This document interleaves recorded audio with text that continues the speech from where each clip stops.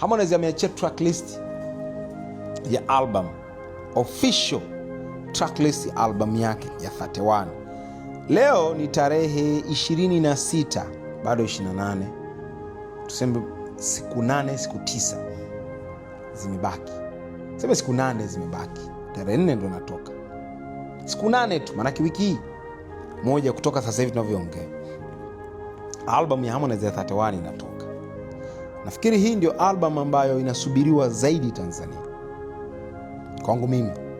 Kwa sababu ni album ambayo imetangazwa miaka 2, inaahirishwa 2 years. So, Mwanajeshi ameachia tracklist yake. The waiting is almost over. Here the tracklist for our new album. Every song has a story. Every track has a place. Unaelewa? Yes, ile ulivyokuwa unasubiri sasa kwisha. Tracklist ya album yetu hii hapa. Kila wimbo na story yake. Unaelewa? Kila wimbo na una sehemu yake. Akaandika wimbo wa kwanza kwenye album, na album ina ngoma 14. Producer ni GL producer. Kuna Boy Beats, B-Boy Beats. Kuna S2 Keys, kuna Cannibal Creator, kuna Kimambo Beats, kuna DJ Tariko, kuna LA kutoka Rwanda, kuna Mafia. Executive producer ni Konde Gang Music Worldwide. Usimamizi wa hii album ni Konde Music. Ngoma ya kwanza inaitwa For No Reason, akiwa na Lunye Mbuzi. Hiyo ndio track ya kwanza kwenye album yake ya 31. Track namba 2 inaitwa Kudos. Umeelewa?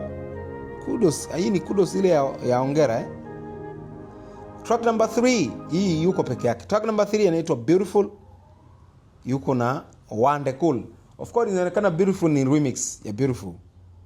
Hii hapa yuko na Wande Cool. Track number 4, Tangazo, akiwa na Mario.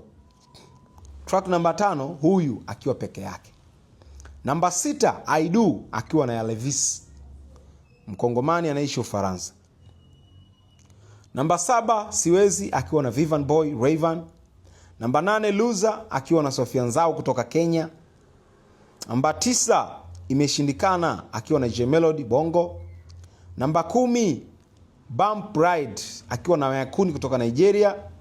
11, Isondeze, akiwa na King Mandi kutoka Nigeria.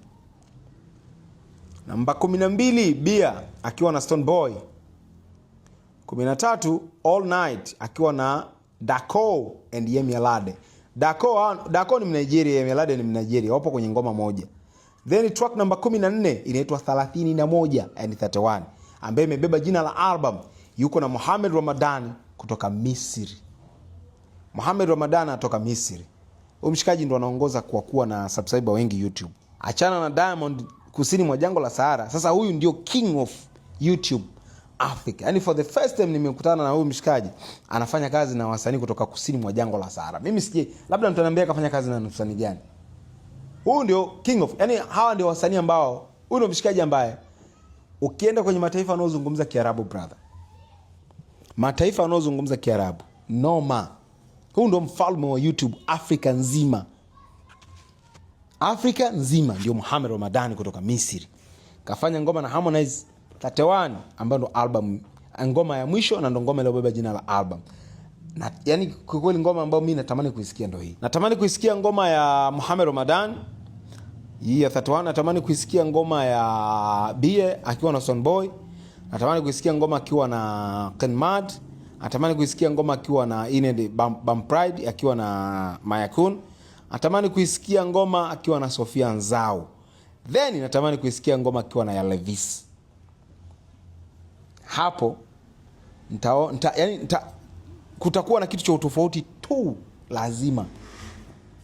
Lazima tutakutana na sound ya tofauti. Lazima. Hii itakuwa na mahadhi ya Kiarabu kwa sababu ya Mohamed Ramadan kutoka Misri, ya Levis mziki wa kompa mixing Afro Congo, unaelewa?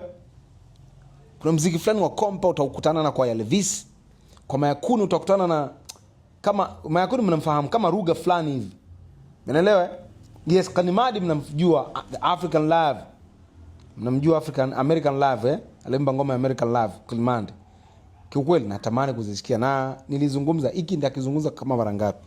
Hii album lazima ifanye revolution. Sio revolution ya muziki Tanzania kwa msanii husika ambaye ni Harmonize. Tukubali tukatae. Ukija kwenye upande wa kimataifa Harmonize ni kama mtu ambaye ka stuck. Harmonize nje afanye vizuri kiivo. Hata kama anatokea kwenye tuzo za Nigeria sio wapi. Lakini sio msanii anayetisha yani. Yaani sio msanii ambaye leo anaweza kawa yani mfano mtu kama Rayvanny. Namtolea mfano Rayvanny. Hakuna surprise tena au Juma Jux. Hakuna surprise. Kumuona anafanya show kimataifa utashangaa nini? Huwezi kushangaa tena. Lakini Harmonize afanye show swing nje. Wewe utashangaa kwanza. Kwa maana yake ni msanii ambaye anatakiwa kutuprove na kuwaprove mashabiki wake hasa kimataifa. So maana yake kitu pekee ambacho kitamfanya afanye vizuri kimataifa ni kutoa nyimbo ambazo zitafanya vizuri kimataifa pia. Yaani utoe nyimbo ambazo zitaenda kuwakamata watu wa nje. Na nimeona majina mengi title za nyimbo ni Kiingereza. Harmonize anapenda sana kuandika Kiingereza. Inawezekana ameandika zaidi Kiingereza. So kiukweli na I wish kuiona album inaenda bana. Nilihisi labda kwenye hii album tutamuona Alikiba, finally sijamuona, nilihisi kwa sababu watu walisema Harmonize ana ngoma na Alikiba na Alikiba ana ngoma na Harmonize. Kwa nafikiri walitoa ngoma moja au imetoka atakuja kuitoa baadaye. Kwa nilitegemea tamuona Alikiba kwenye album, lakini Alikiba sijamuona kwenye album. Huenda tamuona baadaye au hayupo kabisa au hakuna collab yote na Harmonize. Not bad. Sio kitu kibaya. Wako hapa wote ni washikaji. Wakiamua kufanya ngoma anytime watafanya ngoma. Lakini ilikuwa na ingempushi pia kwa sababu ya jina la Alikiba na vitu kama hivyo. Lakini sio kitu kibaya. Album muziki mzuri obviously unaishi tu na unazungumza. Kwa mimi naisubiri kiukweli album ya Harmonize na All the Best My Brother. Hiyo tarehe 4 tutakutana na kitu kizito. Utakapoisikia album ya Mwanajeshi.